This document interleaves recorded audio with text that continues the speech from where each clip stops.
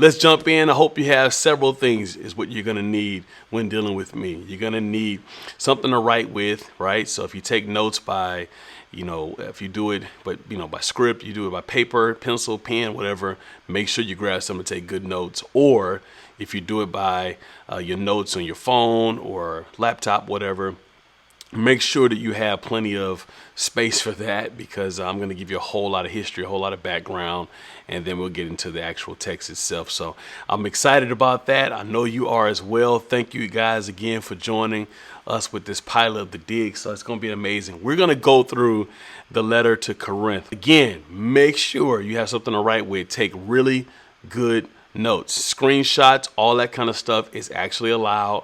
So if you want to get a screenshot of something, you can, but make sure you take that screenshot and you go back and make some personal notes. It's important that you have your own notes for this. All right, let's get ready to get in and let's dig for a little bit. So tonight, I want to walk through some of the truths and some of the mystery around this thing around this letter and these people we call Corinthians. And so you hear about this particular letter so much. It's actually not one of my favorites in the New Testament, but it's one of the most important. When we read about Corinthians, or we look at it from chapter 11 through 12 and 13 and 14, we think about the spiritual gifts. We think about the supernatural. We think about tongues and prophecy and etc. And there's so much about that there. But this letter and the importance of this letter is not really about spiritual gifts. It's a letter of correction. It's an apostolic letter, if you will, written by Paul to his church to admonish them in the faith, but more so to bring them into a place of sobriety. And if you've been paying attention to the body of Christ as of the last decade or so, plus really, is that we've been intoxicated with so much in the culture, so much mixture. And you'll see that the church at Corinth, or the people of Corinth, were people who embodied mixture, literally. And so we're going to walk through that, some Greek mythology a little bit tonight. It's going to be good. It's going to be full. Get ready. I'm about to take y'all to seminary for a little bit. We're going to have a good time. All right, let's jump in with Corinthians. Again, the city of Corinth was located on what they call an isthmus, all right, for the lack of a better phrase, isthmus, an isthmus. And it's a narrow strip of land on the sea on either side. So it forms a link between two larger pieces of land, right? Two areas of land. So that area in between is called the isthmus. And let me give an example of what that looks like so you can see what an isthmus looks like. This is an isthmus. An isthmus is there's bodies of water, and then there's this land, this slither of land there that on either side is a narrow strip that forms a link between two larger areas. That's called an isthmus. And so the isthmus of this area, this piece of land, is separated by two bodies of water, the Gulf of Corinth and then the Syrian Gulf. And these two bodies of water literally inhabit an area for trade. So there's a lot of trade that comes through this area. A lot of trade, not just fishing, but we're talking about everything from goods, products, services, spices to cook with, oils, clothing, things of that nature. Everything that could be sold around the area which we now know as Greece, they would bring that through these seaports.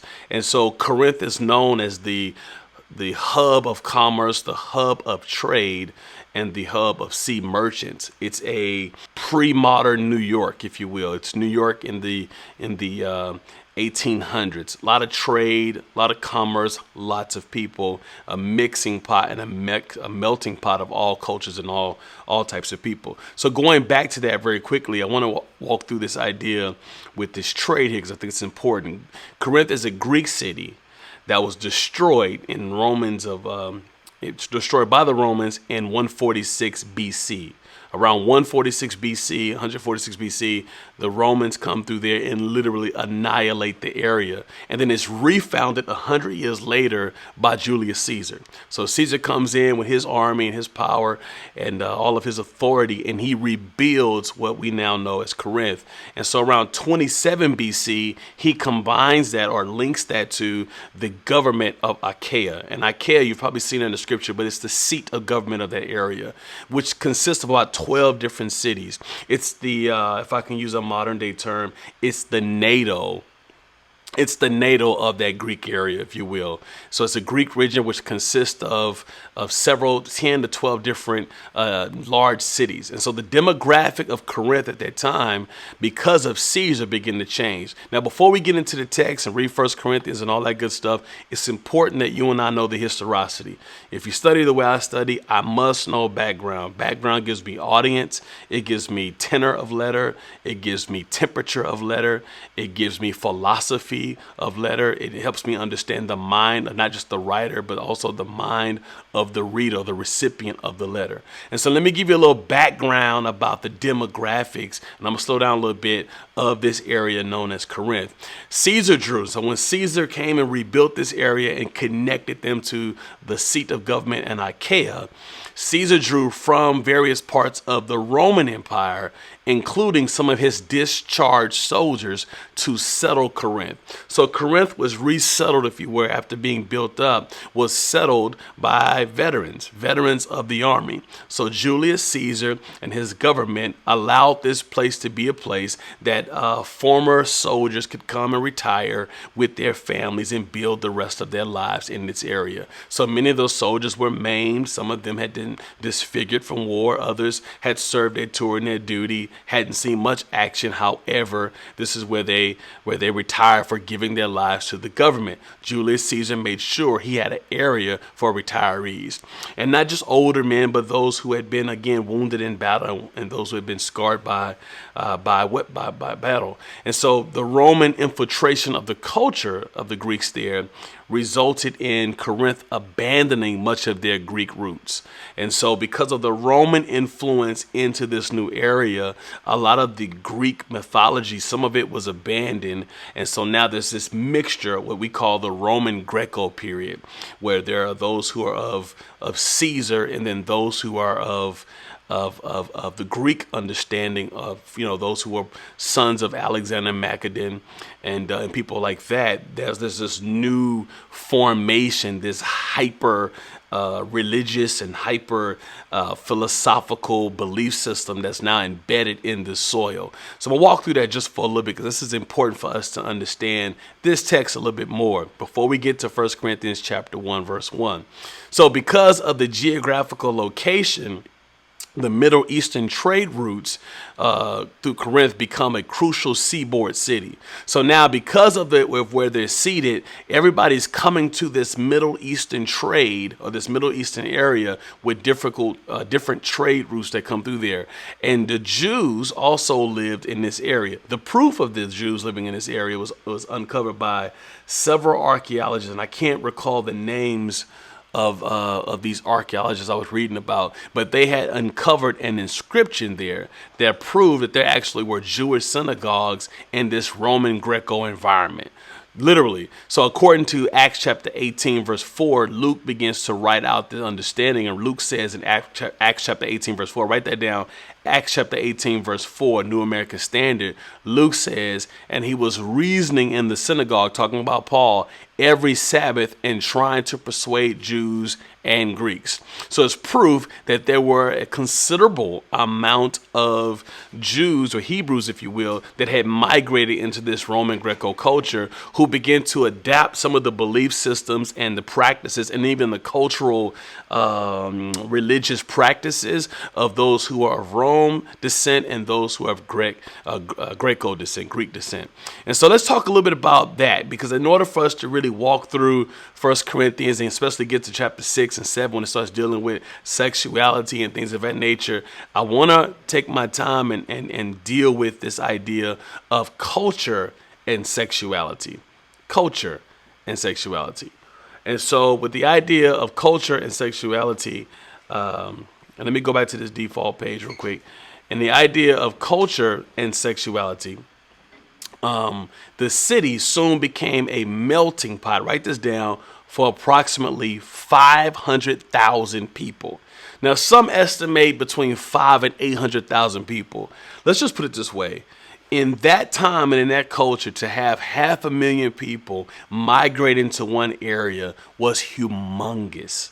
that is a humongous space for a lot of people to live in. Literally, a melting pot of about 500,000 people because of the seaports and because of travel. People want to go where everything is booming.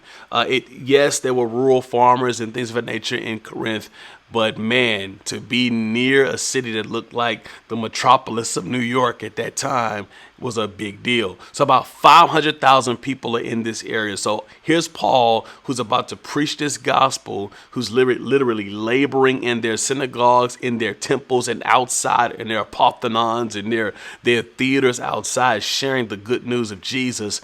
You're talking about competing for literally over 300,000 souls to bring them into the kingdom with this new message. And so this is powerful if you think about that in the context that everybody wasn't preaching Jesus. There weren't many teachers, right? There wasn't many teachers. There weren't many fathers. The scripture says there's few fathers, many teachers. But in that time compared to this time, there weren't that many people sharing the good news of Jesus Christ. People were receiving, but people weren't able to teach. They did not have revelation of Christ because they had not encountered Christ, right? And so the city is a melting pot for about 500,000 people who lived there. And this is around the time of Paul's arrival, okay? There are merchants that lived there, sailors that lived there, people who are anxious to work the docks, people who are migrating to Corinth from other parts of Greece or the Roman Empire, things of that nature. You also have professional gamblers that live there. Now, you may be saying, why would professional gamblers and also athletes, why would gamblers and athletes live there? Well, quite simple. As you guys know, if you know anything about Greek culture, the Olympics is Greek culture. That's all Greek. That's from Greece. And so these games they would play amongst the isthmus, they call it the Isthmus Games. They would literally bring people in. They would have dart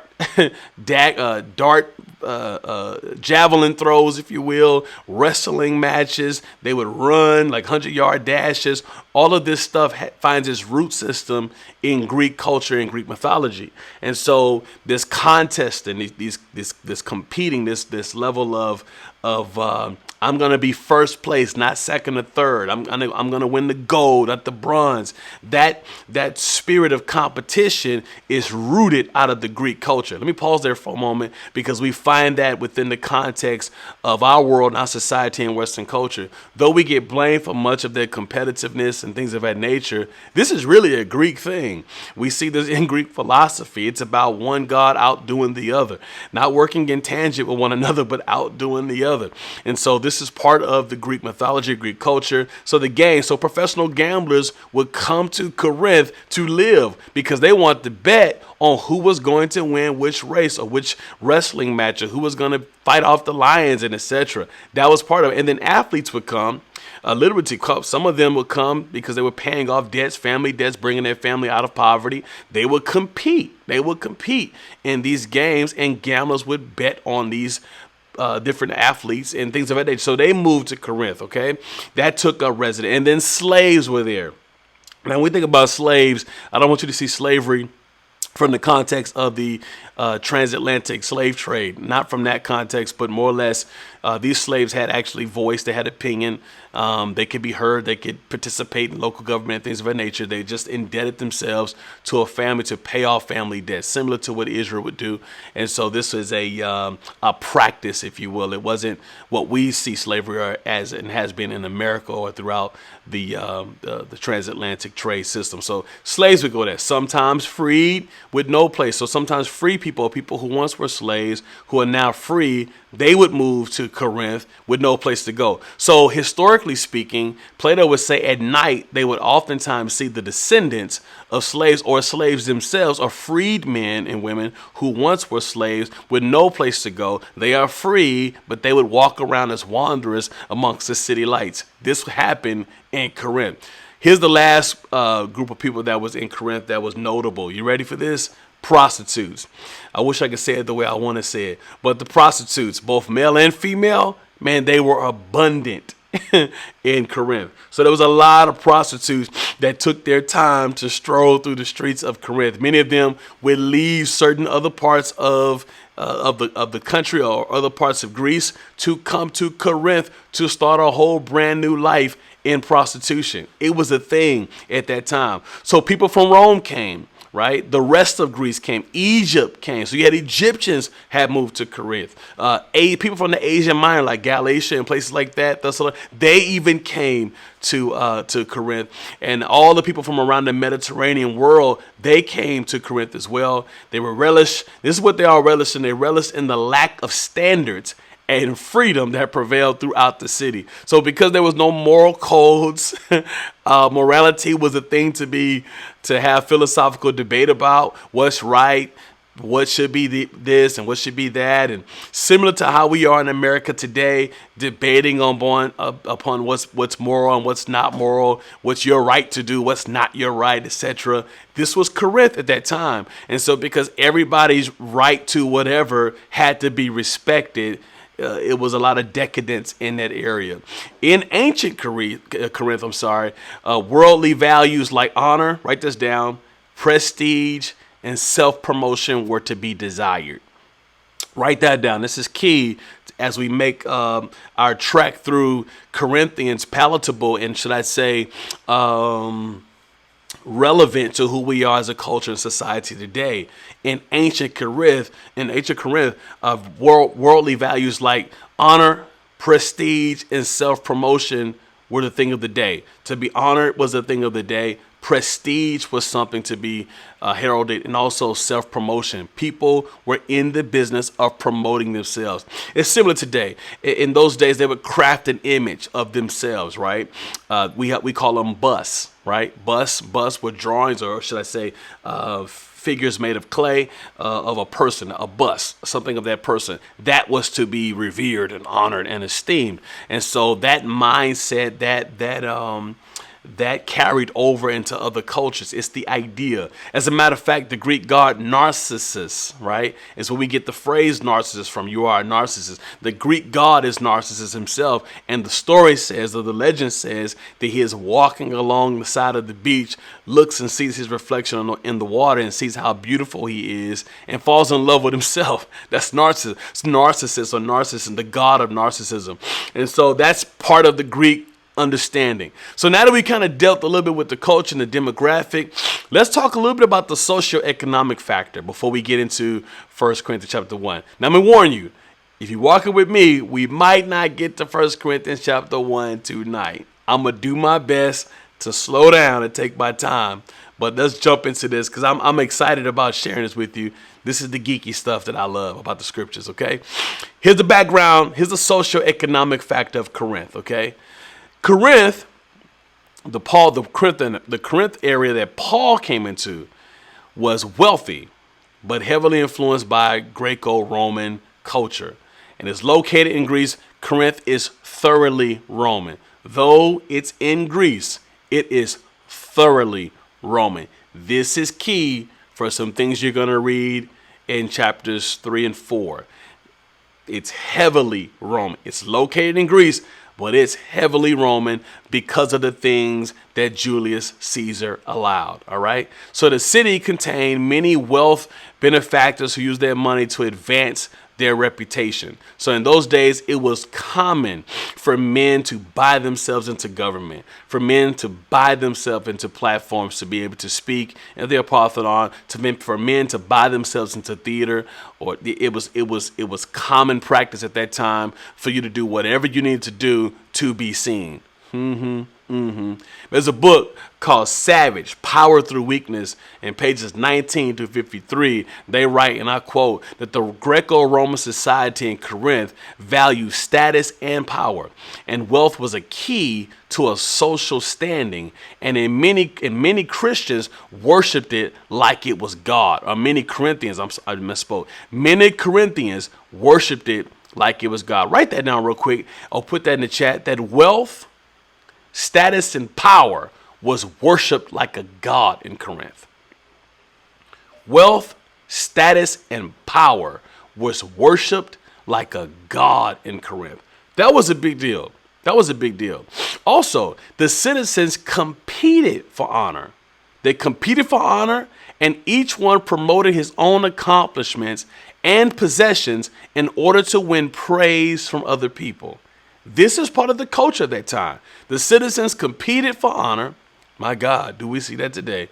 Promoted their own accomplishments and possessions, what they've been able to get, money, cars, jets, houses, land, relationships, network, proximity, access, social media followers, all that kind of stuff. They would tout that literally to win praise from other people. It was part of the culture. It was part of the culture. I want to walk through real quick some of the trading practices there. Let's look at this. I want to show you what Paul did as he crisscrossed, because Paul is coming into this area.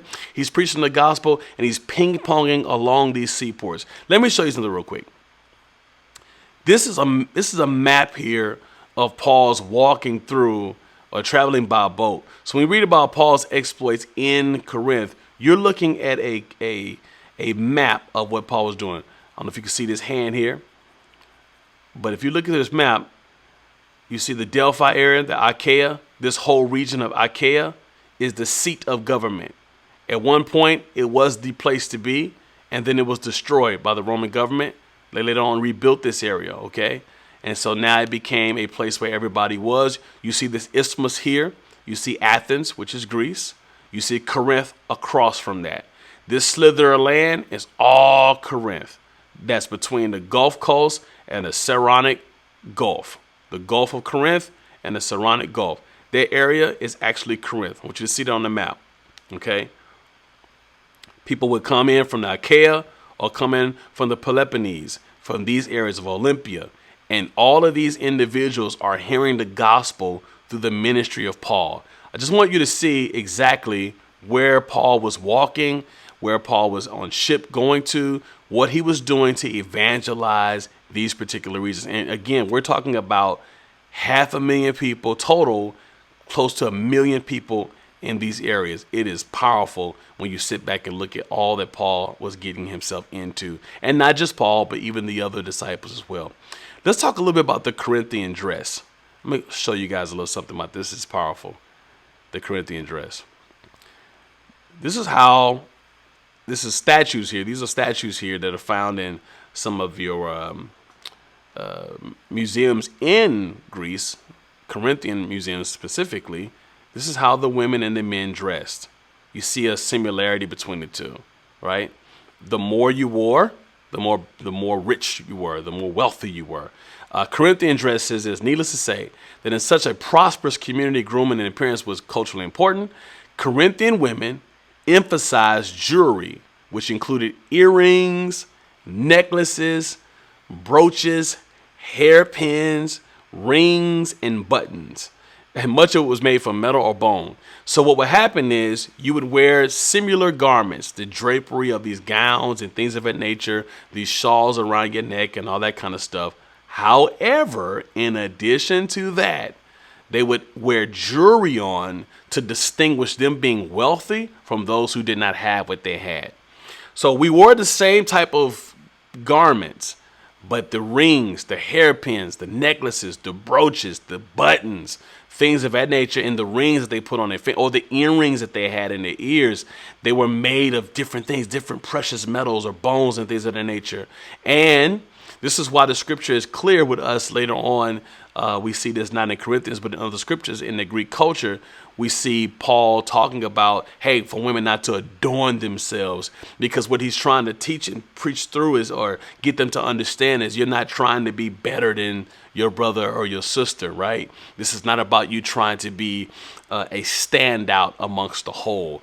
Yeah, because people were starting to utilize how they dress and to make that seem like they were more spiritual or whatever. So we're not trying to separate ourselves from our brothers and sisters. The women also used perfume boxes, small bottles of cosmetics that were in clamshells. Here's another thing I learned about the women of Corinth. You ready for this? They must carry, many of them felt like they had to have access to a mirror.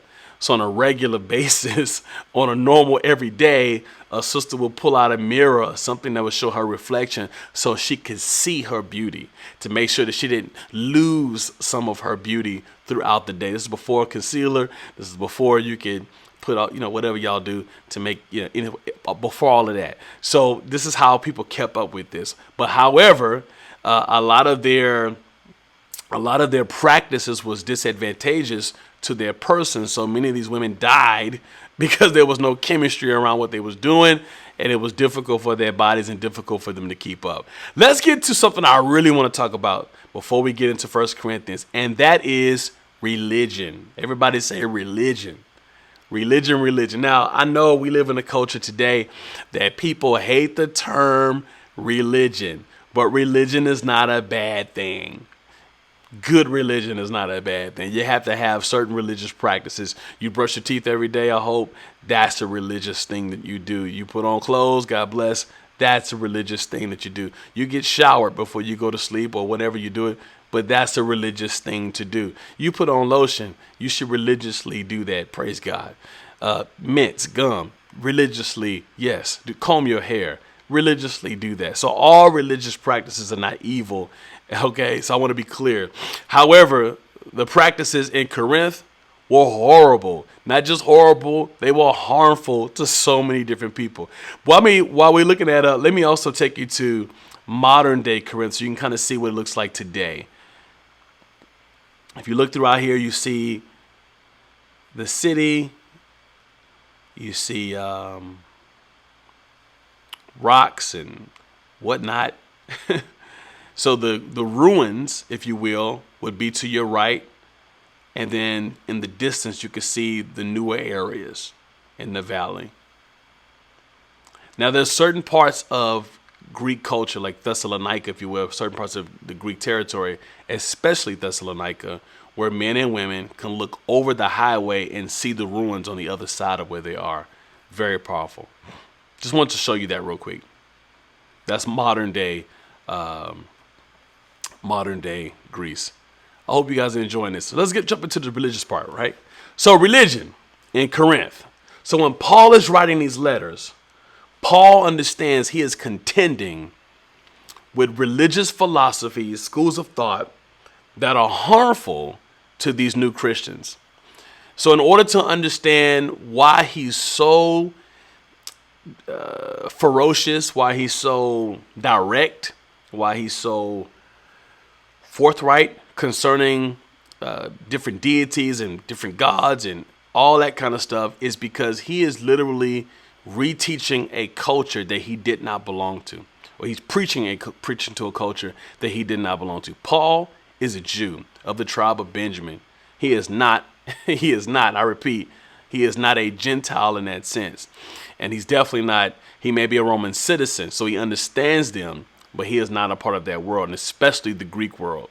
So when you think about religion in that time, I want you to close your eyes and put yourself in this space with me. Everybody, close your eyes real quick. Put yourself in this space. Let's go to Corinth for a moment. We are literally in a town or a city, a metropolis of 500,000 to 800,000 people, who majority of which, 85% of these people there, share different religious affiliations, backgrounds, and understandings. They are not the same. They are not the same. So what happened?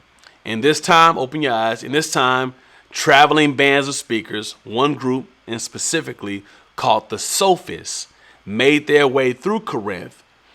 And you can see their influences when you read Paul's writings in 1 Corinthians chapter 1, verse 23. I'm going to read that to you very quickly.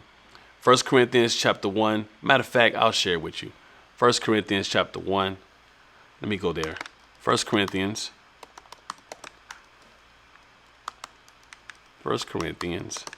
chapter 1, verse 23. And I'm going to share that with you.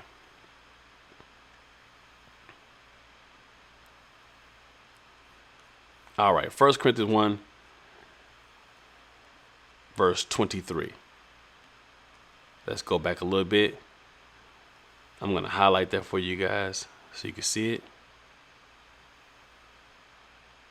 There we go. Boom, we got it. All right. Off to the races. Let me make it a little bit bigger for you. There we go. All right, here we go. He says, so when we preach that Christ was crucified, listen to this, the Jews are offended and the Gentiles say it's all nonsense. But to those called by God to salvation, both Jews and Gentiles, Christ is the power of God and the wisdom of God. This foolish plan of God is wiser than the wisest of human plans, and God's weakness is stronger than the greatest of human strength. Let me keep reading that real quick. Remember, dear brothers and sisters, that few of you are wise in the world's eyes or powerful or wealthy when God calls you. Instead, God chose the things of this world, considers foolish in order to shame those who think they are wise. I know you guys love the King James Version, but keep reading with me. And he chose those things that are powerless to shame those that are powerful. God chose things despised by the world, things counted as nothing at all, and used them to bring to nothing what the world considers important. As a result, no one can ever boast in the presence of God. The reason why Paul is making this statement is because Paul is literally preaching to sophists. He's preaching to those who have been indoctrinated by their belief system. And when you read about them, you understand why Paul immediately, without saying directly who they were, kind of addressed who they were in the psyche and the psychology, in the thoughts and in the doctrinal belief systems of those who are reading this letter. So who are the sophists? Sophists. Who are the sophists? The sophists do several things. They argue that man is the measure of all things. That was their first argument. Mankind is the measure of all things. That he's the measure of all things. Sophists were skeptical about the existence of gods. So in that culture, they were skeptical about the existence of gods, little g's. They taught a variety of subjects like mathematics, grammar, physics, political philosophy, ancient history, music, and astronomy. So let me argue this. Astronomy doesn't have its roots in sophists, but sophists practice astronomy. And a lot of mixture that we're seeing in today's church has a sophist or sophisticrat. You get it? Y'all with me now? Has this sophisticism, if you will. But this is mindset that these things of the world prove more than what God is and who God is, right? That through mathematics and physics and political science and through science and astronomy and history and music, that's more God than God himself. And people believe that in this culture that we're living in. They were also known for strong teaching rhetoric and the skill of arguing with conviction. It's the apologeo, right? That's apologetics, which is arguing to reason, to argue. Apologetics is arguing, it's reasoning. We apologeo. We argue when we preach. That's an argument. It's arguing against the reasonings of the mind, the reasonings of the will, the reasonings of the flesh, things that are carnal, things that are low, not things that are mighty. And so we argue with these things when we preach. But these guys, the sophists, were known for being skilled in arguing what they believed to be truth, which was not truth, we know, but they argued these things with great conviction. And they were so good that oftentimes the government of that day would look for bright, young, smart, witty, quick-witted, petty even sophists to align them to a political party and an agenda so that they can champion a particular political being, etc. And they would use these men and women, but mainly men, and bring them to the forefront so that they could be leaders. This happened on a regular basis. This was something that was culture of that time. The sophists. All right.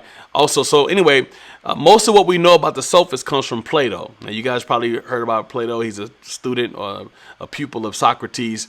And Plato taught that in a very negative light, he downplayed who the sophists were. He did. He put them in a very negative light.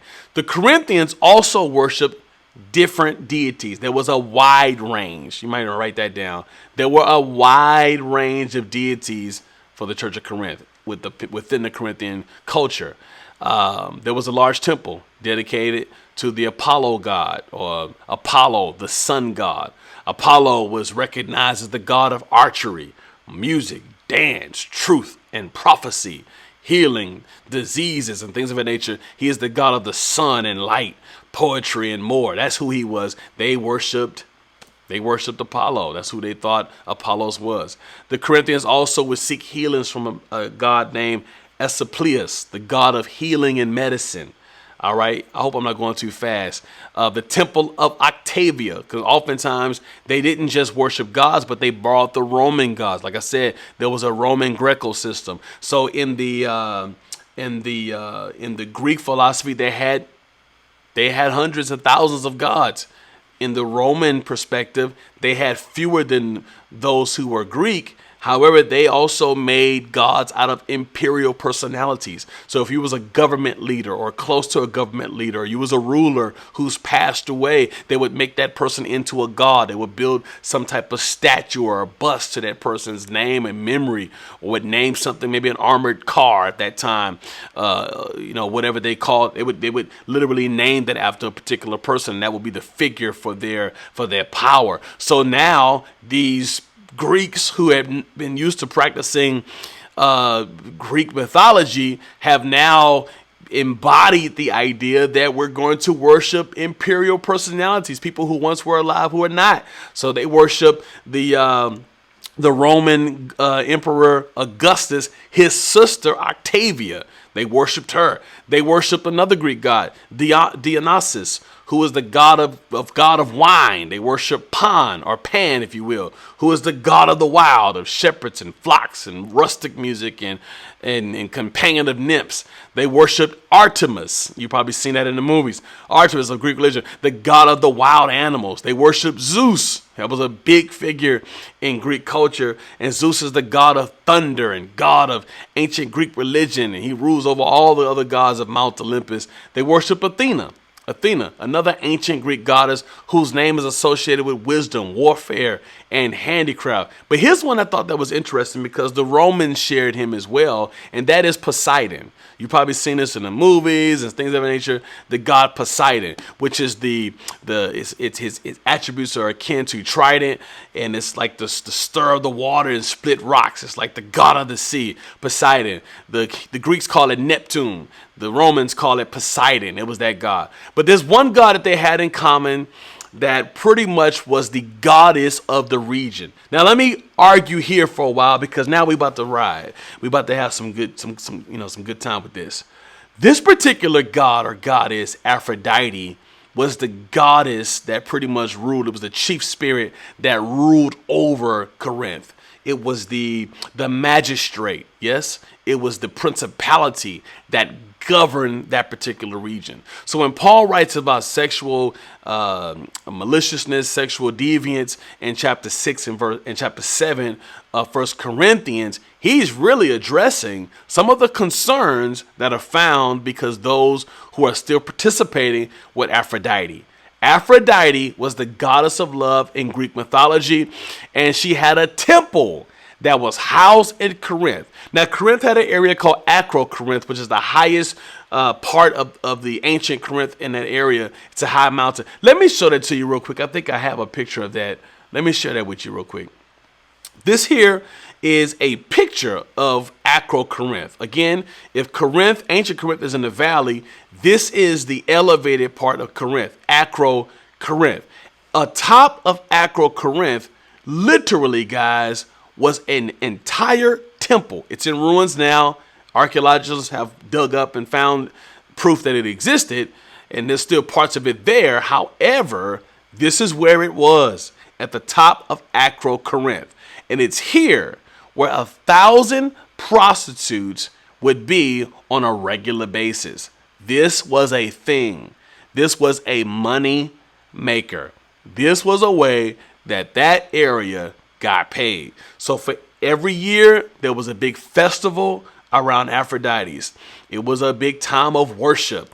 The people worshiped Aphrodite. She was the god of beauty. You can see her. You can see women summoning. Hear me, y'all. Summoning the spirit of Aphrodite to make them beautiful. So they adorn themselves in the name of Aphrodite. And we're talking about church women. They adorn themselves so that they could be sexy. They could be appealing. They could be alluring. That was the chief spirit that governed Corinth. Aphrodite was worshipped atop of that mountain. You know, one thing about mountains that I found out through scripture is that whenever a devil wants to take an area, they find the high place. Remember when Jesus was walking out after the wilderness and he was tempted of the devil, he came out of the wild momentarily. He brought him to a high point to look over the city and said, I'll give you all of this if you bow down and worship me, right? I'll make you the magistrate of this. Of course, Jesus rebuked him, but it's still the temptation of the flesh to know that you can have a region. I'll give you, oh Lord, I will give you a whole region. I'll make you a principality if you just bow down and worship me. Yeah. And he took him to the high place to do that, right? So Aphrodite's in the high place, and that thing covered the entire region. The sanctuary had included images of Aphrodite, Helios, and Eros. You know, Eros is the Greek word for love, but it's erotic love. We get our English word erotic, or to, you know, erotica, things of that nature, which speaks to the sexual connotation of love, not just the agapao is God's love, right? It's pure, it's holy. The eros is sensual. It's a sensual love. So therefore, there were images that spoke to eros equipped with a bow. And the worship of Aphrodite guaranteed, watch this, y'all, that a steady stream of men and women would make the effort to go up to Corinth to participate. So because everybody knew, especially in the Middle Eastern area and those who were coming from that area of the Gulf of Sorion and the Gulf of Corinth and all throughout that Achaia area, and people who were coming from Egypt and etc., they had heard about these thousands of prostitutes that would sit up in the temple waiting for conjugal worship. Are you hearing what I'm trying to tell you?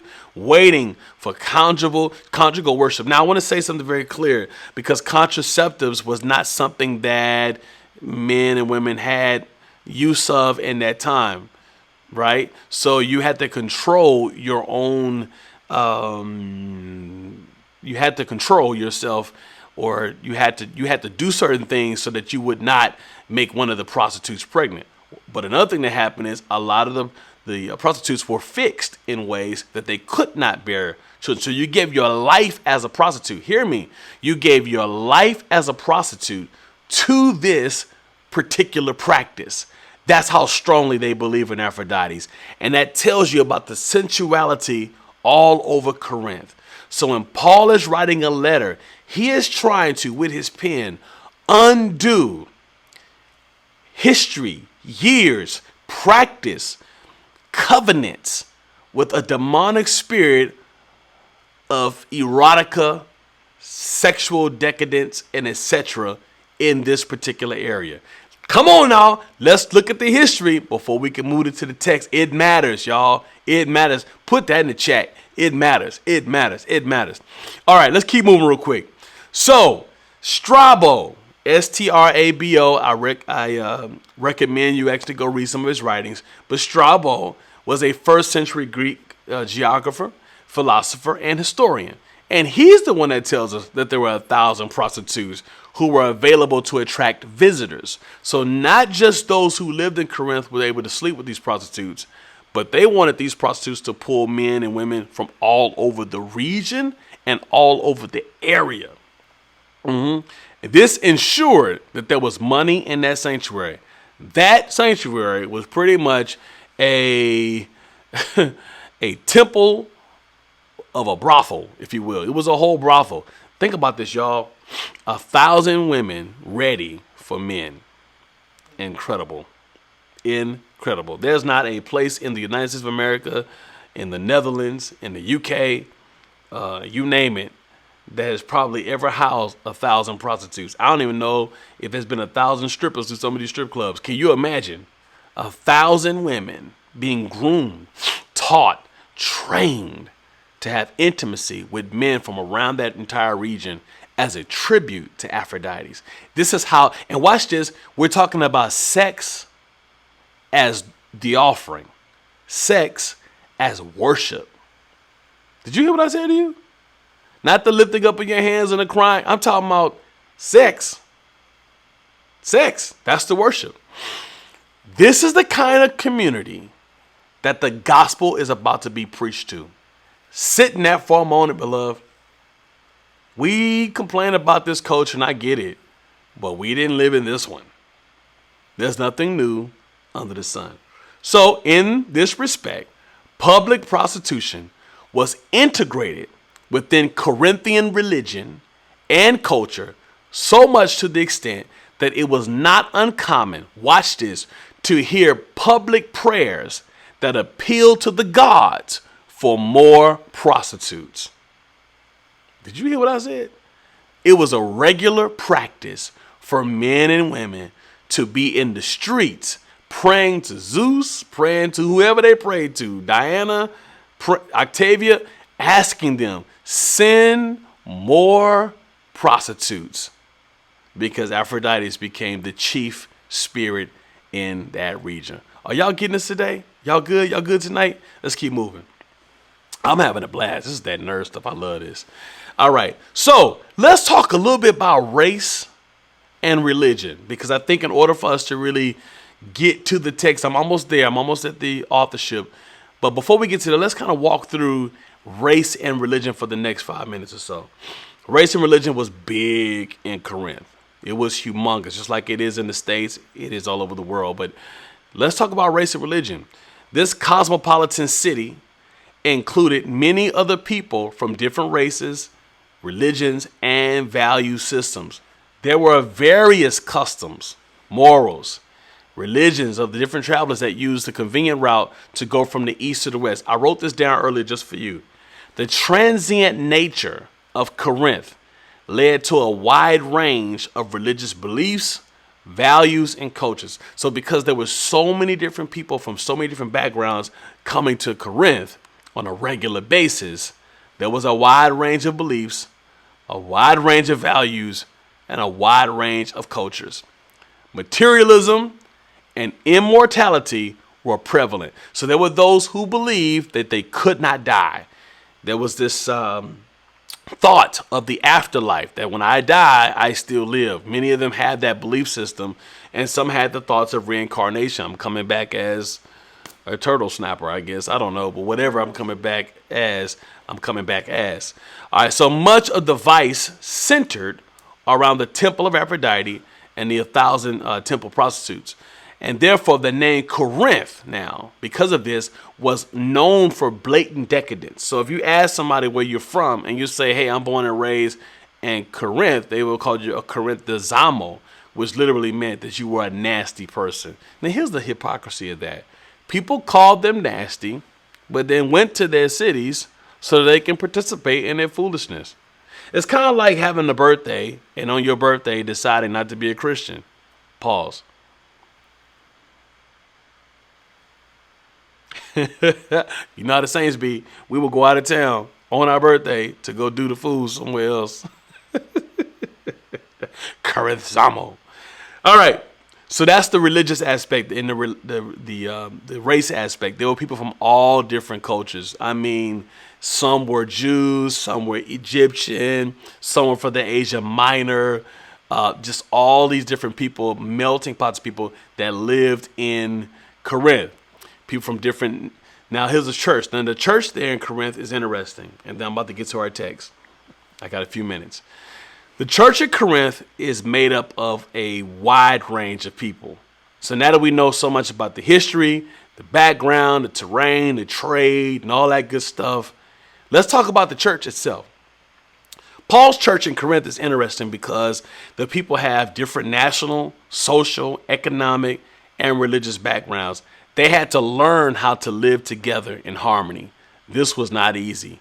They had to learn how to start living together in harmony. In the outlying areas of Corinth, they had a lot of farmers that tended to their grains, vineyards, and things of that nature. But for the most part, the city was very, very urban, not rural, very urban for the most part, and everything centered around the marketplace. So the church is not really consisted of a lot of farmers. They were there, but for the most part, these were city folk that were coming into this space to worship together and to learn about this new Jesus. So now we've walked through the historicity. We've talked a little bit about the sophists. We talked about the social economic status. We talked about culture and sexuality. We talked a little bit about, where it was situated on the maps and things of that nature. We walked through the dress, the Corinthian dress, how women dress. We walked through the religious practices, and we walked through the Greek gods and things of that nature. All that kind of stuff. We walked through race and religion and the church. But now I want to talk about the authorship. There is no doubt in my heart, no doubt in many philosophers' hearts and minds that Paul penned this. Part of that is because he seals it with his apostleship. He calls them his. They seal his apostle. They are a part of his church. They are in his heart. And so now Paul is the author of this particular letter. He writes this letter to the church of Corinth because it has been brought to his attention that the gospel that he was preaching, that there has now been mixture. There are people who have been saved and called Jesus theirs, have now been incorporating what they've learned in culture into this new spiritual practice. These are disciples of Paul's. I wouldn't say they were born from Paul, because many of them had heard the gospel, but Paul made sense out of it. But I would say that they, to some degree, they are born out of his labor to some degree. But he makes this his church. He takes responsibility for this church because of how they've participated in so much mixture. Remember, this is the same church that a young man was sleeping with his stepmother publicly, and everybody knew. Again, this is a highly sexual culture, and not just highly sexual, but there's a lot of decadence, a lot of opulence, a lot of wealth, a lot of prestige, a lot of money, a lot of trade, a lot of popularity, and a lot of wisdom. These men and women are philosophical. They think. They sit and listen to sophists and other theories and whatever statements of beliefs and arguments, apologio in these areas. And so let's walk through this. So Paul spends his time in his authorship. We see Paul's labor for Corinthians, not in 1 Corinthians. Actually, it's in Acts chapter 18. Let's get to the text tonight. Y'all ready? Let's go. Acts chapter 18. I'm going to pull this up for you. I want you to see it for yourself. Acts chapter 18. We're going to read it together. I'm going to share this with you real quick. 1 second. All right. You can see my screen. There it is. This is Paul meets Priscilla and Aquila in Corinth. But this actually unpacks to some degree, in a large degree, Paul's labor in this area. Then Paul left Athens and went to Corinth. There he became acquainted with a Jew named Aquila, born in Pontus, who had recently arrived from Italy with his wife, Priscilla. They had left when Claudius Caesar deported all Jews from Rome. Paul lived and worked with them, for they were tent makers, just as he was. Each Sabbath found Paul at the synagogue, trying to convince the Jews and Greeks alike. And after Silas and Timothy came down from Macedonia, Paul spent all his time preaching the word. He testified to the Jews that Jesus was the Messiah. But when they opposed and insulted him, watch this, Paul shook the dust from his clothes and said, "Your blood is on your own heads. I'm innocent. From now on, I will go preach to the Gentiles." Then he left and went to the home of Titus Justus, a Gentile who worshiped God and lived next door to the synagogue. Crispus, the leader of the synagogue, and everyone in his household believed in the Lord. Many others in Corinth also heard Paul, became believers, and were baptized. This is the formation, y'all, of the church of Corinth, okay?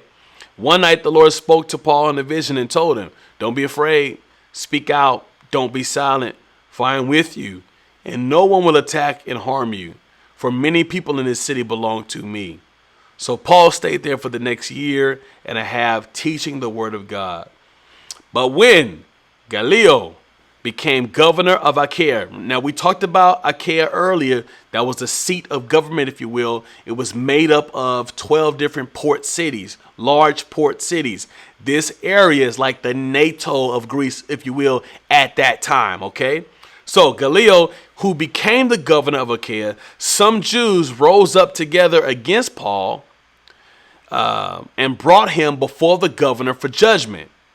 They accused Paul of persuading people to worship God in ways that are contrary to our law.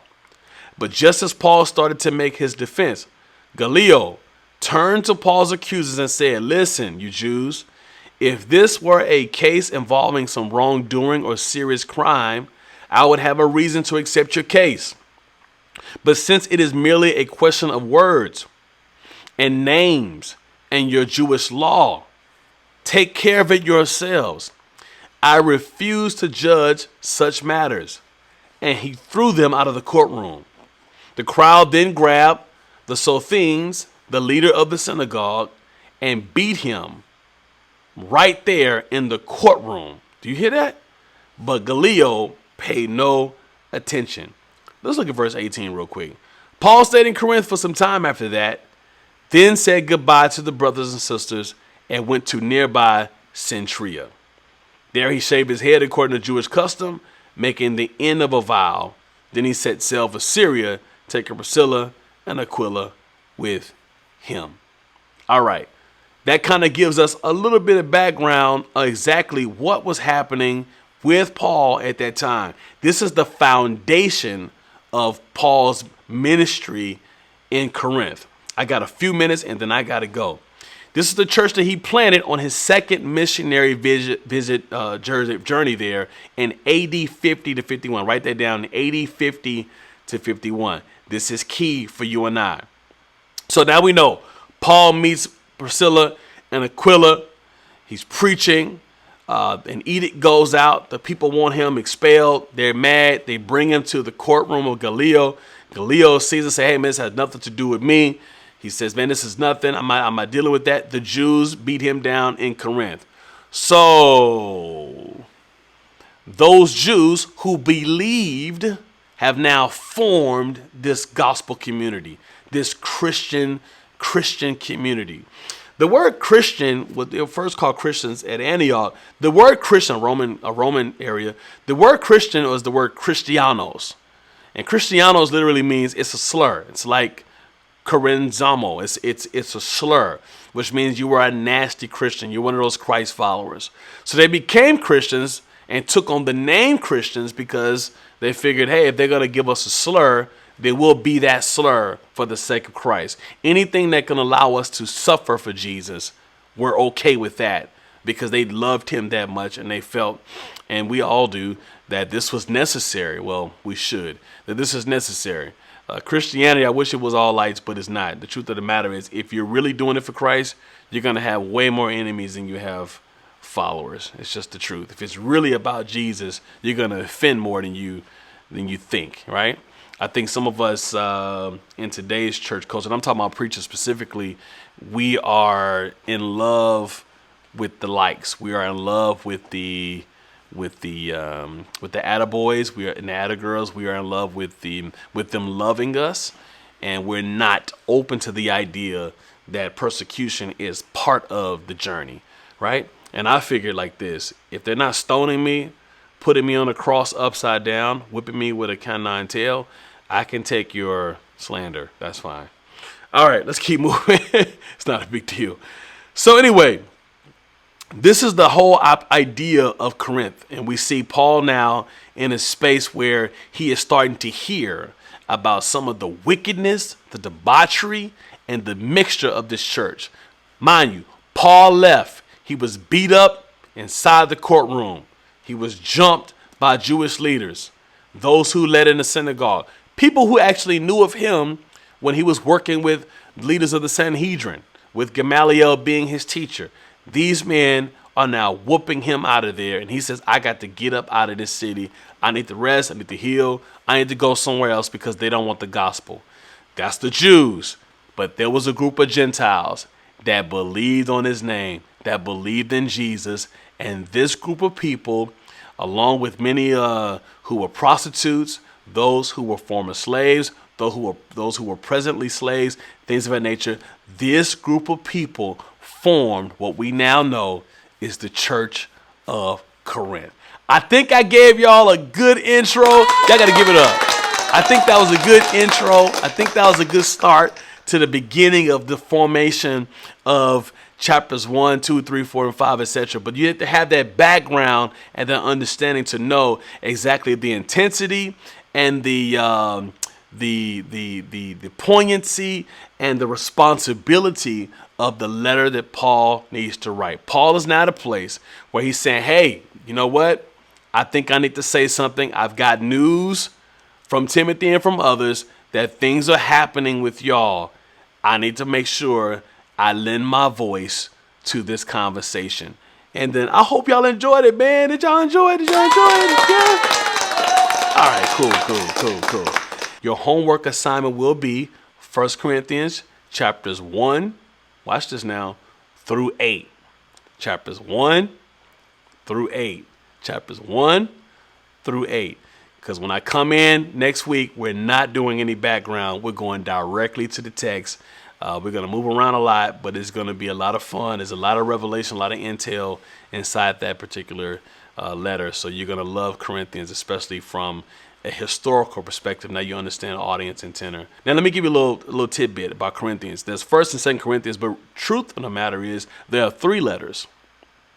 There are 3 letters. It's not one. It's not 2 letters. There are really 3. They condensed it and called it 2 for the sake of the continuity of the writings. But there were 3 different letters that Paul wrote to Corinth that are within Corinthians 1 and Corinthians 2. And I'll tell you where 3 is next week. I think, or the week after next. I'll be able to tell you exactly which one is 3. So there actually are 3. But Paul definitely had a lot of hesitancy about dealing with them because they were difficult people. I don't want to say too much because I'm jumping into next week. But he comes out swinging in chapter 1. He comes out swinging, and you'll understand why he had such difficulty with them.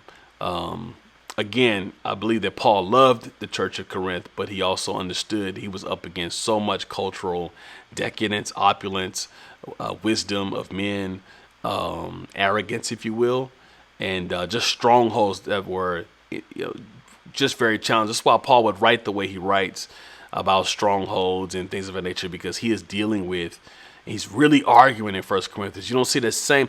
I think one of the greatest theological letters of Paul is Galatians. This letter is, it's also a letter, a very apostolic letter. It's a very governing letter. It's a letter from a general to a people setting a place in order with his pen. Because I'm not coming to you because y'all crazy. And I think we'll see in chapters 1 and 2 that when Paul comes to Corinth, he's like, man, I feel like because I'm not talking to you a certain kind of way and because I'm not as articulate as others are, that you don't believe me. But I didn't come to entice you with my words. I came with power. That's the difference here. That's why Paul would speak that way. I appreciate y'all's time. Thank you so much. I'm excited about this dig. I'm excited about it growing. So I want you to share it next week with whoever you know that might benefit from it. They can jump in. Let them know that it's 7:30 Central Standard Time. It's going to be an amazing time. I'm excited about you. Those who chimed in for the first time on this platform, thank you. God bless you. I hope that you were encouraged tonight. I hope you learned something new, fresh, exciting, motivating, historical about Corinth, and I pray that you'll walk with us in the next 2 weeks in this journey. It's going to be good, y'all. And I will see you guys very, very, very soon.